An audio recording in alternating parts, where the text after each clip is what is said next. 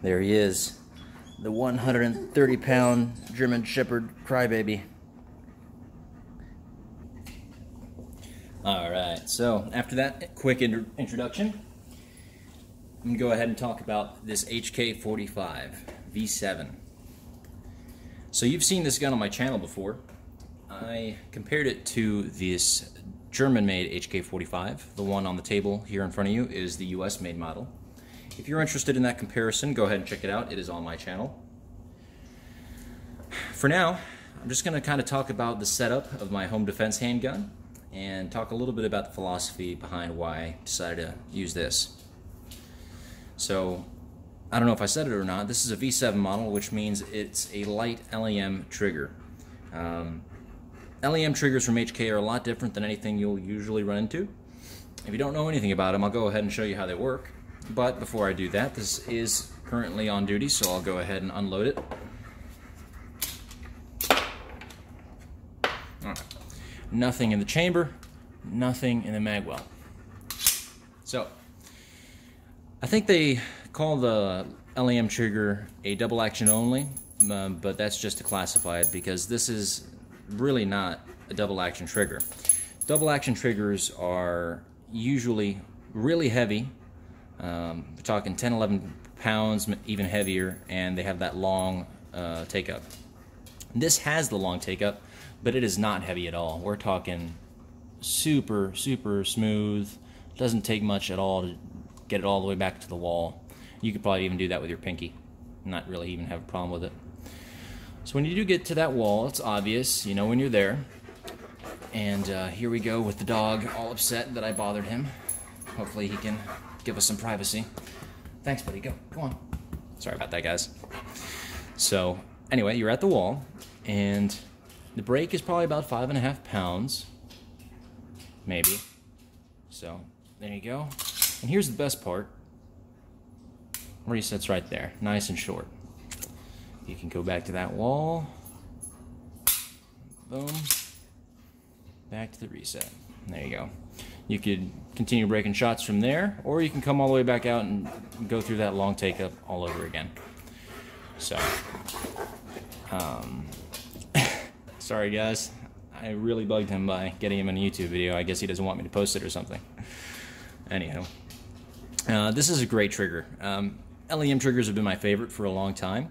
I started with a P30, but if you know anything about P30 LEM triggers, don't assume that they're the same as this, because they are not. For whatever reason, H&K got a super light reset in the HK45 models, including the compact, but their reset on P30 LEM triggers is almost all the way back out to where you started, so it's not as fun to shoot, at least for me. I'm a shoot from reset kind of guy, so that's just what I like to do. That's how I've trained, and that's how I'll continue to shoot. So, LEM trigger, thumbs up. I recommend it. Moving on to the sights, we have HK factory night sights here. They are square notch in the back, which I prefer over U-notch. You'll notice that they are not suppressor height sights.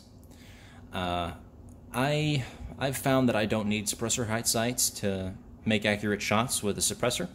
You can see that I can't see over my suppressor, but if you superimpose that front sight over your target, you shouldn't have a problem hitting where you want to hit. You know, you're not really looking at your point of impact anyway, because that front sight should be covering it up. So I haven't had any issues shooting in this configuration.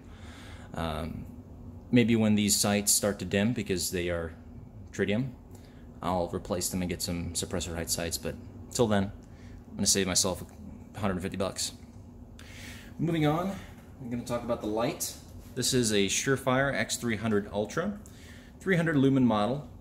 They have better, stronger, more lumen lights out there now, 500 and 1000 lumens, but this is home defense, guys. I don't live in a mansion. I don't have a football field in the backyard, so 300 lumens is all I really need for my setup. These lights are expensive too. I mean, you're talking upwards of $300, so I'm not ready to upgrade yet. Alright, so that's all I gotta say about the light. Let me go ahead and set this down and show you the mags that I'm running.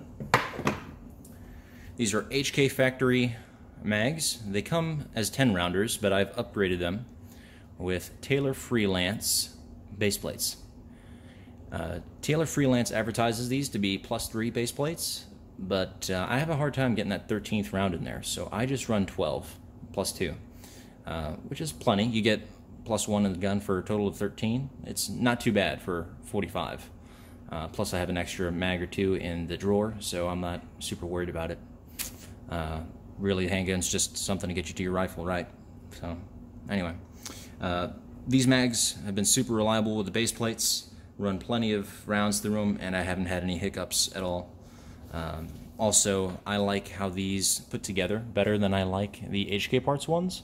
It comes with this kind of plate back here that you set down at the back of the mag, and then you just tighten these 2 screws with some Loctite, and it's not going anywhere. Really nice setup.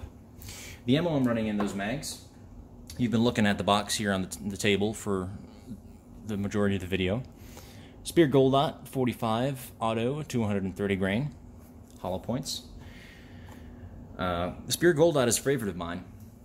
I'm law enforcement, and we've been carrying Speer Gold Dot ever since I've been with the department, about 6 years, and they work great. You know, we've run tons of rounds downrange, and so have I through my personal handguns at home. And I haven't had any bad experiences with Speer Gold Dot. TN Outdoors 9 used to post videos on YouTube with lots of gelatin tests, and you can really see the effectiveness of these Speer Gold Dot rounds in those tests. So go check those out. They're pretty interesting videos. Next up, I'm going to go ahead and talk about that can that you've been looking at probably for the majority of the video. Silencerco Osprey 45K.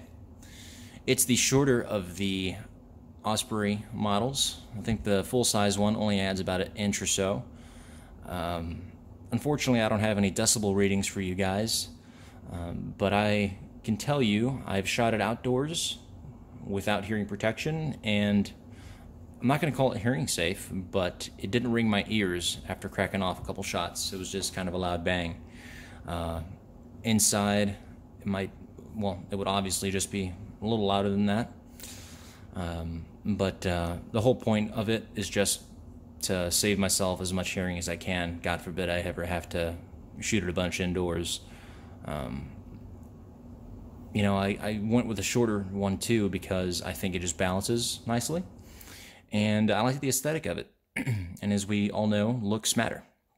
You know, why buy something if you're not going to enjoy it in every way you can? So that was kind of my thought process behind that. Didn't really think too much else about it. It's a good can, guys. All right. So the reason I chose this HK V7 model versus my German-made DA SA with the safety is because I have a fiance at home, and if she ever had to use my home defense handgun, I wanted it to be something that she could just pick up and use. She's gone shooting with me before, but she doesn't go as often as I do, and she's not as proficient with my handguns as I am. So I don't need her having to worry about flipping off a safety if she ever has to use it. So this, you can just pick it up. There's no safety. Just pull the trigger and, you know, it goes bang. So she can run that, no problem. But, you know, hopefully it never comes to that, like I said before. That's it, guys.